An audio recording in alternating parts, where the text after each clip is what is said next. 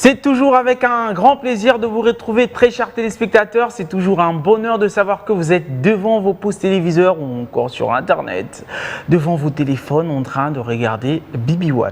Très chers téléspectateurs, en tout cas, je suis ravi de vous retrouver chaque semaine avec un nouveau numéro, un nouveau thème. En tout cas, téléspectateurs qui suivent toujours BB1 le savent, et surtout, en tout cas, de nouveaux visages, que ce soit dans le public, que ce soit nos invités. Donc, c'est un grand bonheur de savoir que nous allons passer 45 minutes de bonheur. Nous allons partager des choses, en tout cas, qui font avancer la RDC. Nous allons comprendre beaucoup, apprendre et surtout découvrir. Donc, tenez-vous prêts à passer du bon temps, tenez-vous prêts à apprendre, tenez-vous prêts à en savoir un peu plus sur ce que fait la diaspora congolaise et aussi les personnes qui vivent à Kinshasa ou celles de province, parce qu'on va parler un peu de tout, en tout cas en tant que Congolais. Donc, je suis très ému et très honoreux de savoir qu'il y a des personnes qui ne ratent toujours jamais cette émission, qui sont là, toujours devant leur poste téléviseur, devant leurs ordinateurs, devant leur téléphone, en train de nous suivre. Donc, je ne suis pas seul, je suis avec des co-présentatrices, des invités, un chaleureux public. Donc, je vais pouvoir demander à tout le monde sur ce plateau de pouvoir acclamer pour sa présence. On acclame encore un peu plus fort, non, quand même? Et oui, très chers téléspectateurs, partout où vous êtes en train de nous suivre, sachez très bel et bien que BB1 commence maintenant et que, comme je disais tout à l'heure, nous allons passer un très bon moment. Donc, j'ai des co-présentatrices sur ce plateau. Je vais commencer par ce côté ou ce côté. On parle de femmes, on va commencer avec la gauche. Donc, bonsoir Deborah. Bonsoir. Tu vas bien? Très bien, merci. Toi? Ça va, ça va. Entre le rouge, le noir. Oui. Un rencard juste après ici? Non. Peut-être bien, peut-être qu'il y a un beau garçon dans le public, peut-être tonton va t'inviter à aller, on l'acclame. Juste en face, Deborah 2. Bonsoir. Bonsoir Yoshi. Ça va Bissaka? Ça semble aller. Comment va l'international Bissaka, Ça le va. footballeur? Ok. Il va bien? Il se porte bien. D'accord, alors bienvenue encore une fois à BB1. Merci. Toujours aussi maquillé simplement, mais pour attirer, voilà, pour séduire, c'est quoi? Toujours pétillante. On vient sur BB1 co-animé pour chercher un mariage, c'est ça? Non, j'ai déjà un mariage. On applaudit quand même. Alors, je vais rester sur vous. Nous avons des invités ce soir. Vous allez en présenter deux et puis Déborah va présenter le reste. J'ai juste en face de moi Madame Tissia Mukuna, créatrice de la première marque de café au Congo. Bonsoir Tissia. Bonsoir. Avant qu'elle parle, est-ce qu'on peut l'acclamer s'il vous plaît? On a dit que c'est la fondatrice de la première marque de café. Il y a autant des entrepreneurs qui sont au Congo qui n'ont jamais pensé à valoriser le café. Déjà, l'effet qu'elle soit la première personne, elle mérite encore qu'on l'acclame encore une fois. Alors, j'aimerais juste mettre une petite précision. C'est la première marque provenant de Kinshasa. Exactement. C'est ça. Exactement. Il y a d'autres caféiculteurs. Exactement. Alors, vous allez bien? Très bien, merci. Vous êtes une star. Une grosse star. Non. Non mais oui, du café à être une vedette, c'est quoi le rapport en fait? Non, mais je pense en fait que tous les Congolais sont contents de voir la jeunesse qui s'active.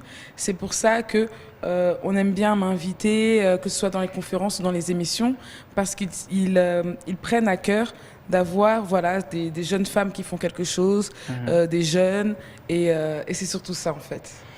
Bien dit, on va revenir un peu pour en parler tout à l'heure. On va continuer avec la présentation. Nous avons comme deuxième invitée Madame Nancy Bokonon, qui est entrepreneur. Bonsoir Nancy. Bonsoir Yoshi, comment ça va? Ça va et toi? Oui, ça va.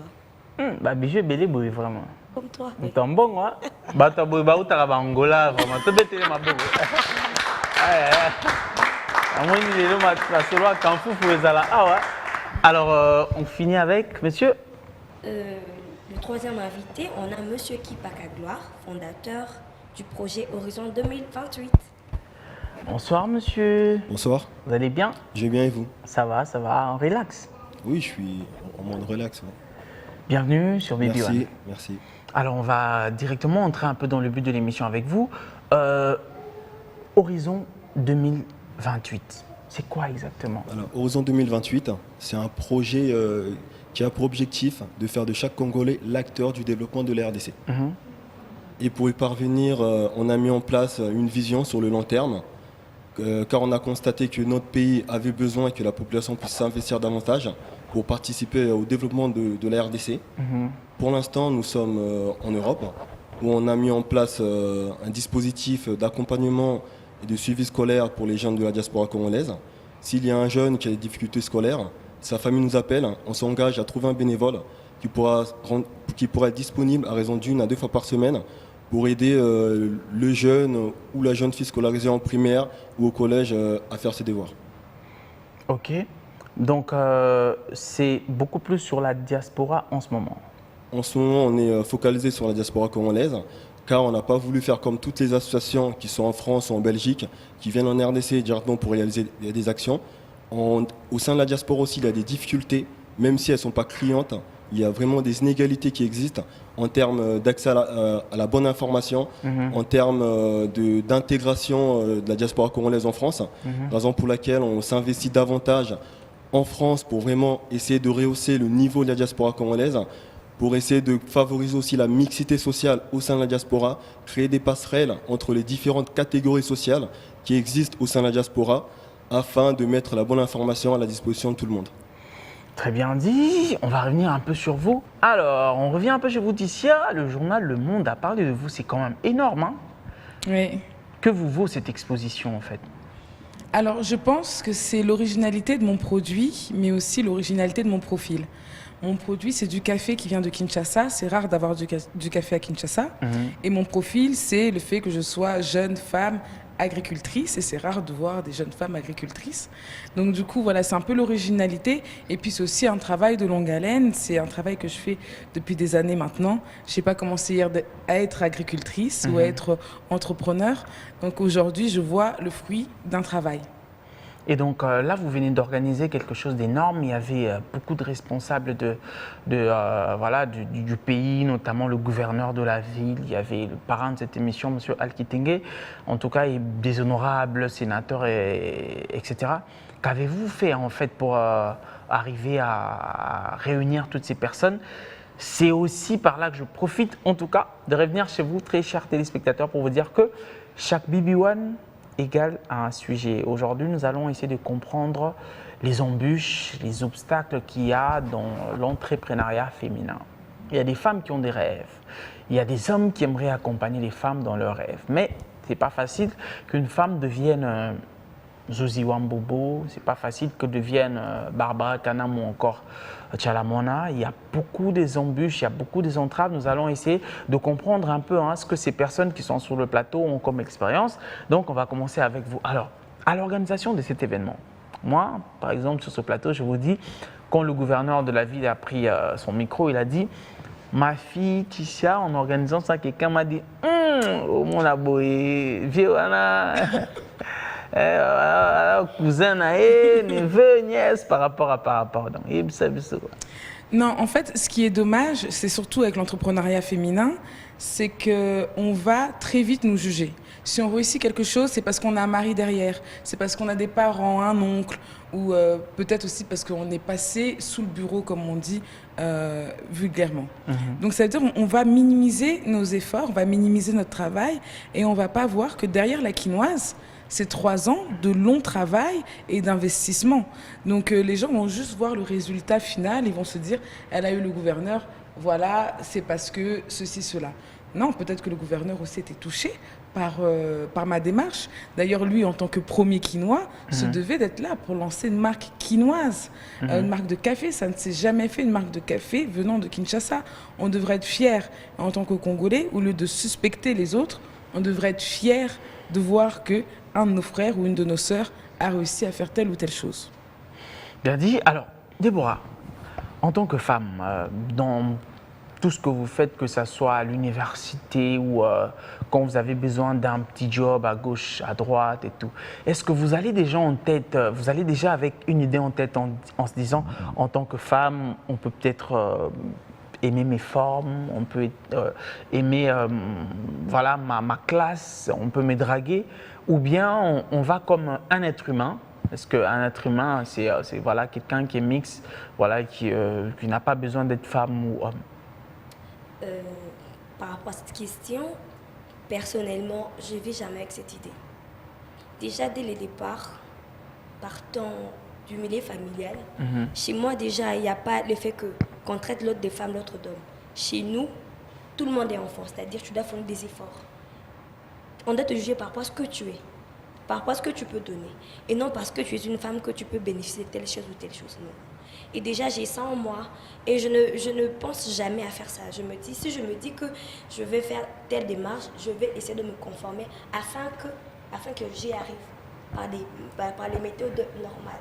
Ok. C'est un peu ça. Très bien dit. On revient un peu chez l'homme. Alors, tout à l'heure, vous avez parlé d'un projet. Quand on voit enfant, on voit femme. En se disant que c'est plus les femmes qui passent du temps à la maison avec les enfants, papa sort tout le temps et tout ça. Par exemple, tonton, ça fait 3 mois qu'il a passé une journée avec sa femme. Et donc, voilà, Tisha lui prend tout le temps. Donc, c'est maman qui est avec les enfants, n'est-ce pas? Bien sûr.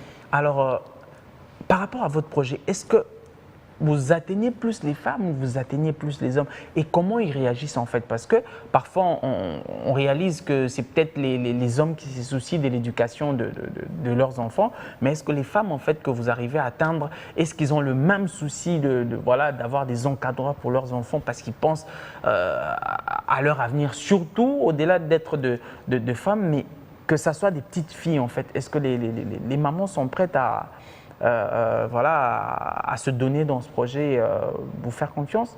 Alors nous, dans le cadre de notre projet, bizarrement, les personnes qui nous contactent sont toujours les mamans. Et quand on se déplace au domicile de la famille, on échange, le papa, il ne nous accorde pas beaucoup de temps parce que souvent, il est occupé à prendre sa bière, à écouter sa musique ou à regarder un match de foot.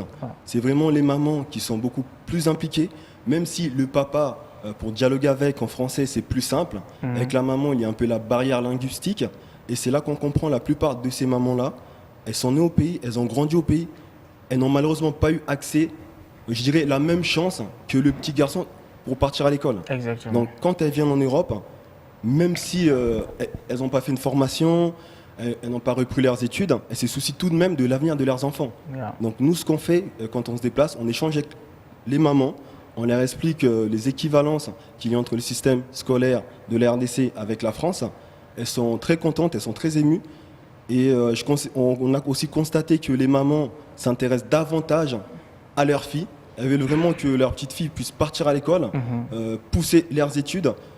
On n'exige pas que tous les enfants finissent avec une licence ou un master, mais simplement que chaque enfant puisse, comment dirais-je, exploiter son potentiel. Donc les mamans, elles ont un rôle énorme à jouer, voire même elles jouent déjà un rôle central dans la famille, parce que c'est la maman qui se soucie de savoir est-ce que mon enfant il a mangé, est-ce que l'enfant est réellement parti à l'école. Et même quand certains enfants qu'on suit actuellement ont beaucoup d'absence, ils ont raté plusieurs cours, le papa, lui, il est là simplement pour punir, pour frapper, mais la maman, elle est plus dans... comment dirais-je, dans la pédagogie, essayer de comprendre pourquoi son enfant n'est pas parti à l'école. Exactement, tout à fait. Bien dit. Je voudrais revenir un peu chez vous. Moi, j'aimerais savoir, vous êtes entrepreneur, voilà, vous faites de business et tout ça. Quand vous amenez des marchandises de l'extérieur, vous les ramenez à Kinshasa et que vous prêtez, par exemple, j'ai toujours remarqué un petit truc, c'est que les hommes escroquent plus les femmes que les hommes. Je ne sais pas si vous comprenez ce que je dis. Donc, au lieu de l'excroquer à lui, je préfère t'excroquer à toi. Donc, je te dis, petit nanga, 3 mois en arrosant ou bien dans 3 semaines, je te paye. Est-ce que, voilà, vous rencontrez vraiment des hommes qui se disent, parce que c'est une femme, elle aura un cœur pitié, bon, je peux prendre ces histoires, je commence à raconter des histoires. Je ne sais pas si vous comprenez. Ça arrive souvent? Oui, on rencontre des gens comme ça. Et comment vous réagissez en fait quand, par exemple, un homme vient, il profite en fait de votre beauté pour vous charmer, et puis c'est pas dans le mauvais sens, mais il prend une marchandise, cette marchandise en fait qui doit vous faire évoluer votre capital, mais qui ne revient pas. Est-ce que vous vous fâchez? Est-ce que vous lui faites arrêter? Comment ça se passe en fait? Ça dépend. Oui, on devient juste intelligente plus tard. Ok. Parce qu'à la prochaine fois, s'il revient, tu ne donnes plus parce que tu cherches de l'argent. Ok. Tu ne veux pas être dépendante de quelqu'un. Mhm. Tu veux travailler dur. Alors, un homme qui ne comprend pas ça, c'est très difficile et c'est pas bien. Directement, quand une personne fait comme ça, pose un acte pareil, prochainement, on ne fait plus rien de pareil. En fait. On ne remet plus, on ne donne plus. Bien dit. Alors, Misaka, la femme, c'est un peu la beauté, comme je disais tout à l'heure à madame. Vous allez déposer souvent, par exemple, des demandes de stage à gauche, à droite et tout ça. Est-ce que vous avez les mêmes problèmes que les hommes avec qui vous déposez, par exemple? Non, je pense pas. On n'a pas le même problème. Quand les hommes, quand les hommes déposent les CV, moi je pense que nous on est un peu plus en danger quand on dépose les CV parce que on nous courtise et des fois on est gêné. Donc on ne prend pas seulement en considération notre intelligence. Ok. Donc notre physique compte quand on part déposer les CV. Tandis qu'un homme, il est coté par son savoir-faire. Tandis que nous, on peut même vous demander de patienter après, vous avez tous fini, mais vous les femmes, vous restez après et puis on vous dit, je t'engage, mais chaque fin du mois, j'aurai peut-être 10%. Ou bien, donne-moi un petit rien pour que tu sois engagé. Puis, après, il te dit, sois reconnaissante.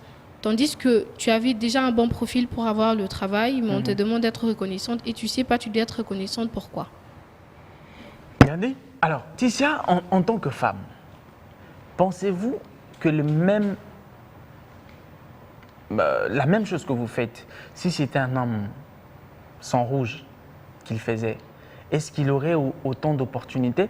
Pouvez-vous avouer aujourd'hui qu'en tant que femme, votre rouge à lèvres, votre sourire et voilà, votre belle taille vous permet en fait que quand vous accédez dans un bureau, peut-être qu'on se dise, pas je veux la draguer, mais bon, elle est jeune, elle est mignonne, on l'aide.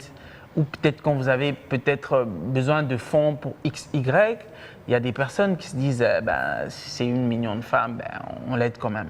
Est-ce que c'est aussi un atout d'un côté parce qu'il ne faut pas voir toujours le côté négatif? Il ne faut pas voir toujours le côté négatif, mais il faut se rendre compte aussi qu'il y a 2 poids 2 mesures. On l'a bien souligné ici, c'est-à-dire qu'on va nous demander effectivement d'être reconnaissante. Je t'aide parce que tu es mignonne, mais c'est même au-delà. Là, vous avez insinué que si j'étais un homme, est-ce que j'aurais eu le même succès avec les journaux, voilà, tout ça? exactement. Mais si j'étais une petite femme moche, par exemple, est-ce que j'aurais aussi eu les mêmes succès? Je ne dis pas que je suis belle ou quoi, mais c'est pour vraiment comprendre qu'il y a un côté physique qui joue parfois, alors que ça ne devrait pas jouer. Alors que ça ne devrait pas jouer. Ok, on va rentrer de ce côté. Alors, votre projet, comment ça avance? Est-ce qu'à Kin, vous visez le lancer? Parce que nous avons vraiment aussi besoin des encadreurs, des enfants. Il y a des communes où peut-être tout le monde ne sont pas, n'ont pas le moyen d'aller au cours. Et il y a ces petites filles qui sont un peu partout que nous voulions que d'ici 10-20 ans qu'elles deviennent des leaders. Comment vous projetez en fait vous installer à Kinshasa parce que c'est l'horizon 2028. Exactement. Alors pour l'instant, comme je l'ai dit précédemment, on est en France. À partir de 2021, l'idée c'est de créer des ponts entre la diaspora française avec la RDC. On a choisi 3 communes pilotes pour ne pas s'éparpiller, pour parcourir plusieurs lièvres à la fois. On préfère tout d'abord débuter notre projet dans 3 communes pilotes. Dans les 3 communes, on va soumettre un questionnaire à la population. Dans un premier temps, pour identifier les besoins spécifiques de la population. Pas que nous, on vienne avec la mentalité des jeunes issus de la diaspora, avec la mentalité occidentale, et vouloir imposer notre vision. C'est quand on vient en RDC, on doit se faire accepter par la population. Ensuite, on doit s'adapter et ensuite on s'intègre. En s'intégrant, c'est là qu'on va réellement se rendre compte des spécificités locales. Et concernant les jeunes filles, dans les communes pilotes, une fois qu'on aura recensé les besoins, l'idée, c'est dans un premier temps, notre priorité, c'est l'éducation. C'est installer des bibliothèques dans les écoles, dans ces communes, pour permettre à tout un chacun, pas seulement les jeunes, mais aussi aux adultes, d'avoir accès à la connaissance. Pourquoi pas mettre en place un partenariat avec des étudiants congolais pour dispenser des cours du soir aux jeunes de la RDC, en favorisant les filles, les jeunes filles, parce que je pense que c'est très important. Okay. Malheureusement, dans les pays, je dirais, du tiers-monde, souvent on néglige les femmes. On pense que les femmes, elles viennent au monde pour avoir des enfants, pour rester à la maison. Et je le dis toujours, peut-être que je me trompe, mais si toutes les femmes étaient à la tête de tous les pays au monde, je pense que tous les pays seraient développés. Okay. Une femme, comment dirais-je, a un cœur, je dirais, beaucoup plus grand que les hommes. Une femme ne cherche pas avant tout son propre intérêt. Alors il y a toujours l'intérêt collectif. Et même, je vais vous dire quelque chose qui va vous faire rire. Dans notre projet en 2028, il n'y a pratiquement que des femmes. Okay. Donc il n'y a que 2 hommes. On est vraiment que des femmes. Et ces femmes-là, elles sont vraiment très impliquées. Donc c'est même elles qui m'ont proposé l'idée de pourquoi pas ouvrir une cellule femmes en 2028 en RDC, okay, pour vraiment accompagner les enfants, les mamans, pourquoi pas créer aussi des coopératives pour permettre aux mamans qui vendent au bord de la route d'avoir la maîtrise de leur comptabilité, pour qu'elles découvrent c'est quoi la comptabilité, comment je vais gérer mon argent, et pour que ces mamans puissent avoir au moins un avenir, une vision sur le long terme. Bien dit. Alors, on va revenir un peu sur vous, Debra. Moi, je pense qu'à un moment, peut-être que les femmes s'y plaignent un peu trop. Parce que quand on voit, par exemple, vous êtes étudiante à l'UPC. Oui, à l'UPC. Et voilà, il y a aussi des hommes que vous, voilà, il y a des professeurs, des assistants et tout ça. Quand il y a des petites choses qui demandent un peu de sous, qui demandent, je sais pas, un peu des rendez-vous privés, il n'y a pas que les femmes qu'on invite. Aujourd'hui, même les hommes sont invités à des trucs peut-être pas bien. Mais les hommes, non, on se plaint, on se plaint pas trop. Est-ce que la femme, en fait, ne s'enferme pas aujourd'hui derrière une porte ouverte? Parlant de ce que tu ça viens sera la de même dire, question, de Déborah. ce que tu viens de dire, voilà, tu sais aussi. Généralement, c'est plus ce genre de truc se fait plus chez les femmes, rarement chez les hommes. Okay. C'est vrai, certes, ces temps-ci, on peut entendre que ça se passe chez les hommes, mais généralement, c'est chez les femmes. Certes, on le dit que généralement, la femme n'aime pas fournir assez d'efforts.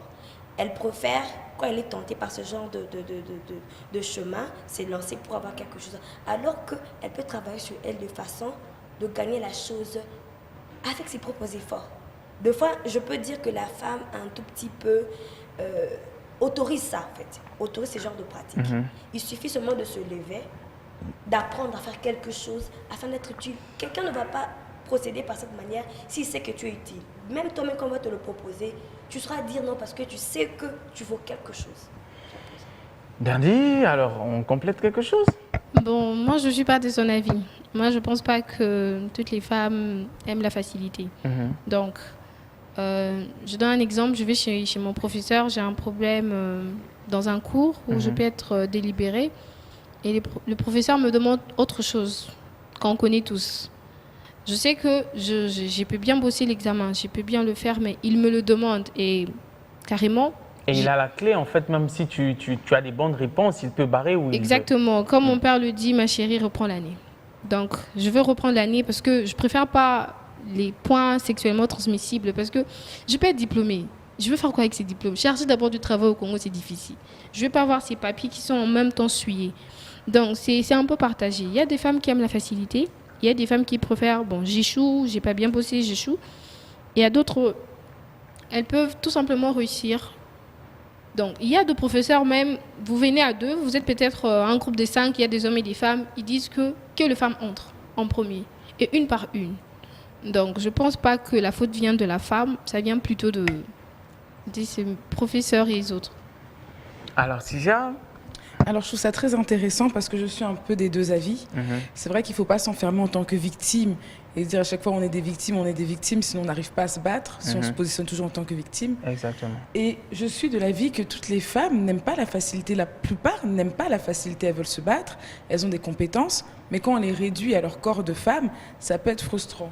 D'autres acceptent. Et c'est parce que d'autres acceptent que les hommes continuent aussi à proposer. Si personne n'acceptait ce genre de pratique, si aucune femme n'acceptait ce genre de pratique, aucun homme poserait la question. Parce qu'il sait que la réponse est forcément non. Les femmes, elles sont comme ça, elles disent toujours non. Exactement. Mais il y en a qui disent oui. Pourquoi elles disent OK? C'est aussi parce qu'il y a la pauvreté. Il y a une pauvreté intellectuelle, de se dire je préfère avoir le gâteau sans passer par la cuisine pour le préparer.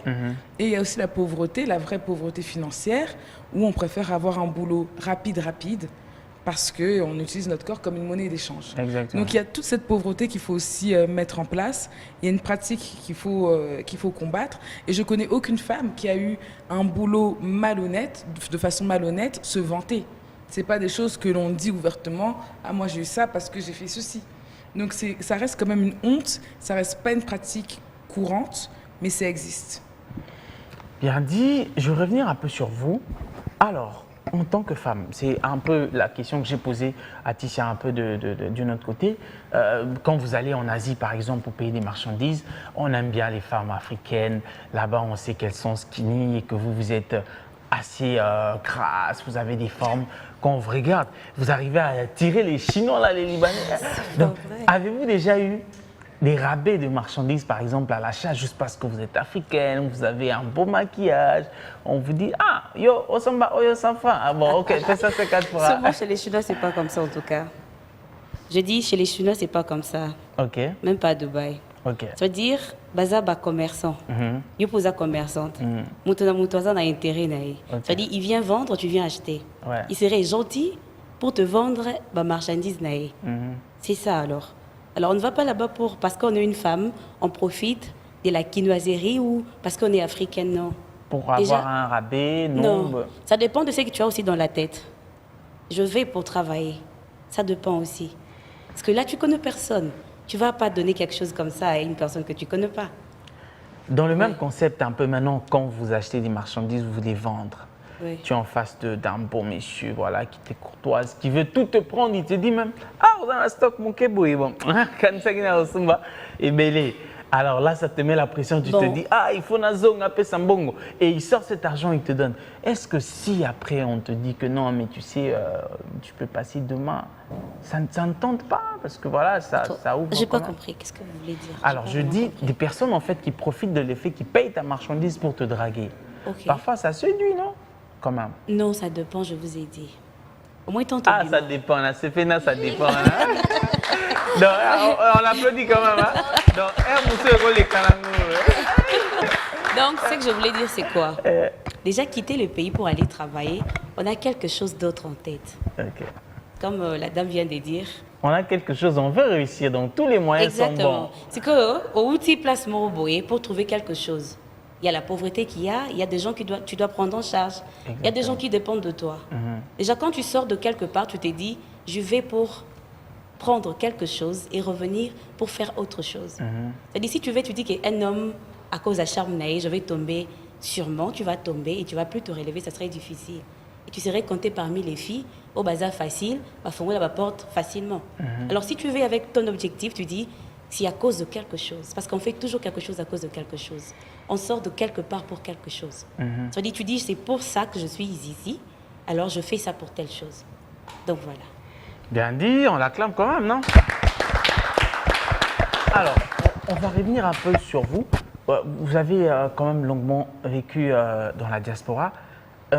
Pourquoi même, c'est vrai, vous avez dit tout à l'heure, pays des tiers-mondes, mais pourquoi même les pays développés, hein, y a toujours un problème de pourcentage en termes de femmes, hommes, il y a plus de leaders hommes. Pourquoi vous avez dit tout à l'heure que si les femmes étaient présidentes dans le monde entier, le monde serait bon? Pourquoi on a toujours moins de femmes premières ministres, par exemple, et peut-être pas plus de 5 femmes présidentes de grands pays au monde? Pourquoi pensez-vous, en fait, vous avez accès aux bonnes études en France, aux États-Unis, partout là, mais on a toujours toujours des difficultés. Si on a, en tout cas, certaines femmes, ce sont les mêmes, bizarrement. C'est, celle qui est en Angleterre, celle qui est, je ne sais pas, aux États-Unis, on parle d'une ou deux femmes seulement. Il n'y a pas des nouvelles têtes qui sortent vraiment, voilà, qui secouent un peu les choses.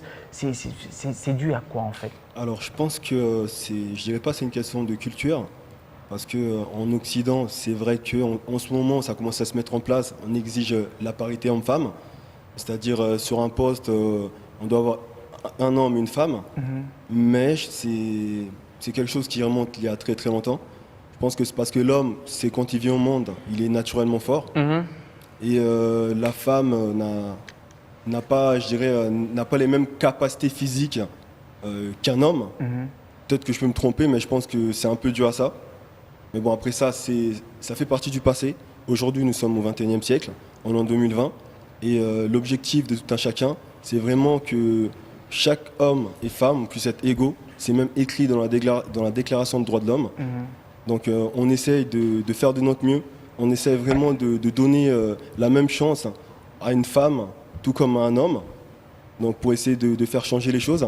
Et pour ce que vous avez dit que c'est vrai, c'est toujours les mêmes personnes qui ont le même poste, c'est aussi par manque de mixité sociale. C'est-à-dire par exemple en Occident, nous en France, une personne qui a fait des études, ses parents ne vont pas vouloir forcément que cette personne-là fréquente les personnes qui n'ont pas étudié. Donc je pense qu'en créant une caste, on reste qu'entre nous et on n'offre pas la même opportunité aux personnes qui viennent d'autres milieux de pouvoir avoir accès à ces informations-là pour pouvoir, je dirais, briser le plafond de verre, pour pouvoir peut-être devenir PDG d'une grande société. Ça, c'est valable on va dire, en France, que ce soit chez les Africains, chez les Occidentaux, chez les Asiatiques.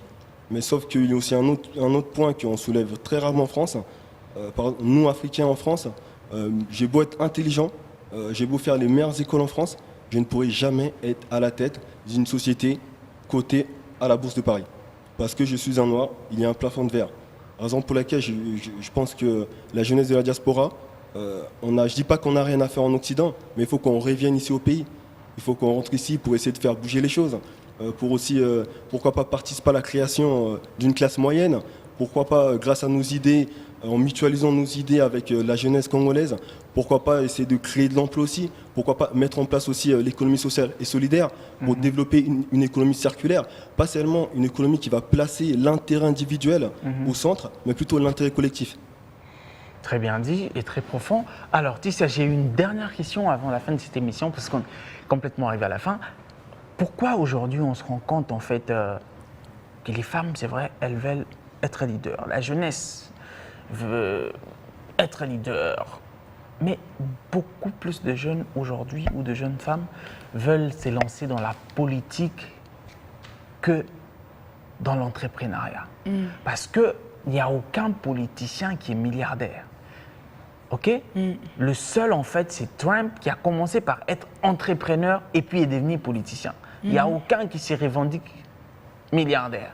Ce sont les entrepreneurs qui sont milliardaires. Ce qui fait que les jeunes femmes devaient être attirées au leadership beaucoup plus entrepreneurial qu'à la politique. Mais aujourd'hui, tout le monde veut devenir député.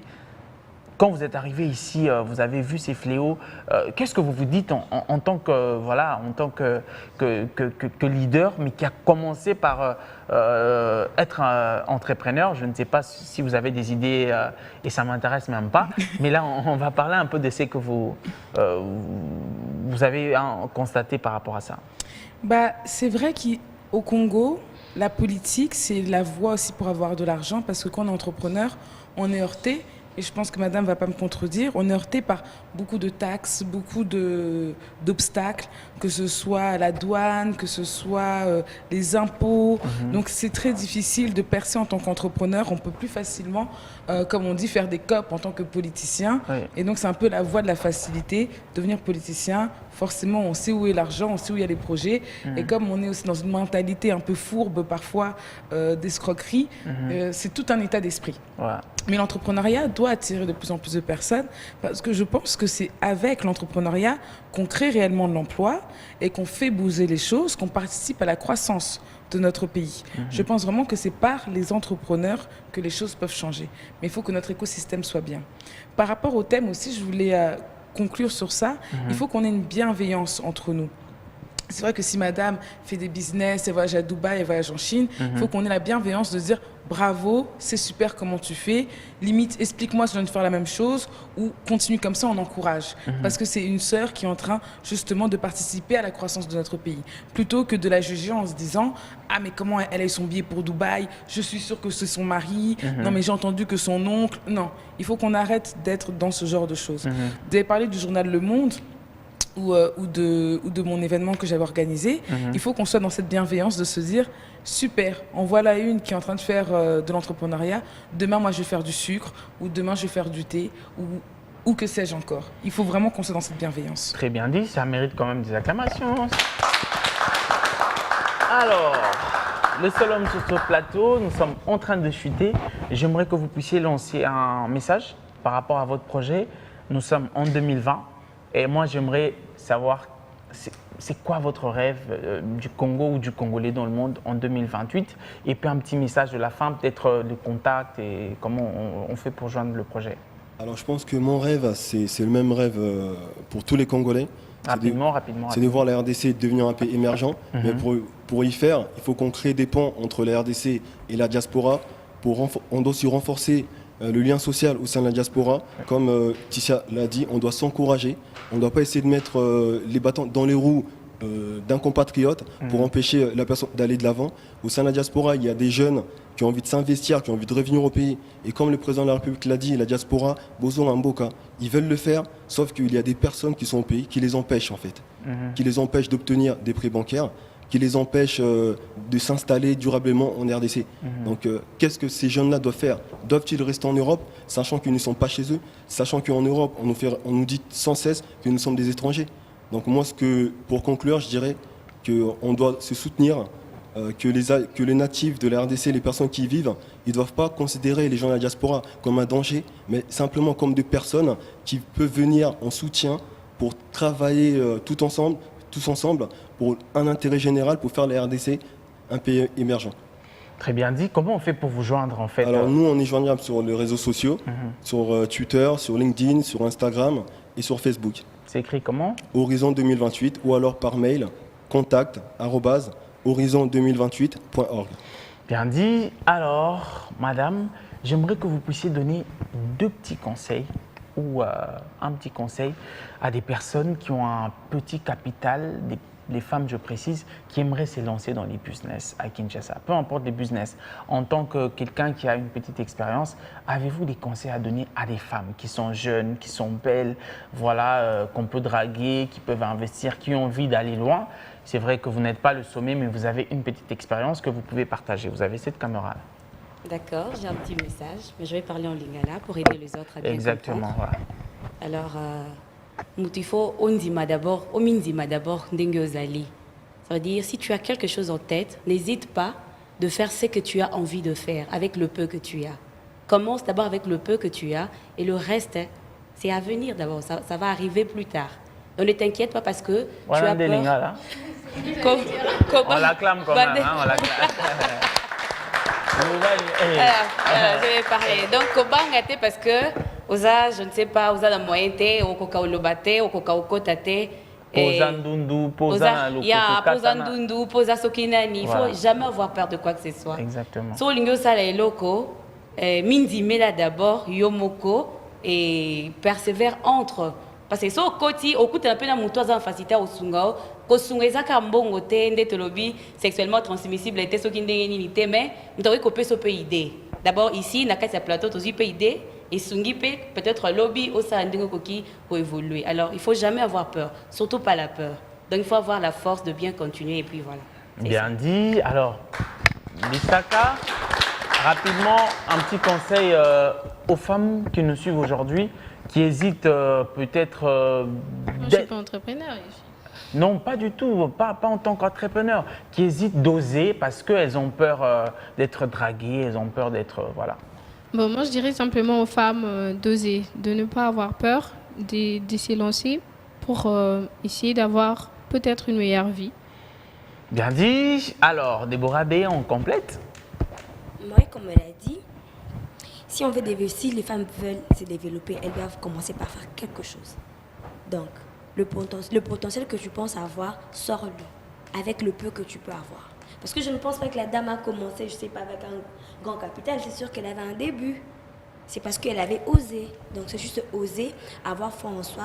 C'est en étant dedans qu'on peut comprendre les réalités et savoir comment s'y prendre pour que la chose puisse agrandir. C'est un peu ça. Bien dit. Alors, Ticia, le café, encore une fois, on le trouve où? On le vend où? Voilà. Le programme, est-ce qu'il y a des journées qui vont arriver, des expositions et tout ça? Alors oui, le café, il est disponible en supermarché, Money Shop, SK, City Market, Surprise Tropicale également, Nosy Coffee, Manitech. Et puis, il sera en dégustation à Money Shop très bientôt et à SK. Et on va organiser aussi d'autres dégustations, comme on a pu le faire avec le gouverneur, qui seront tout au long de l'année pour faire découvrir le café La Quinoise. En tout cas, rien à ajouter, à part demander à toutes ces personnes sur ce plateau de pouvoir faire comme d'habitude, c'est de lever leurs mains et dire bye bye. Voilà. On s'acclame, non?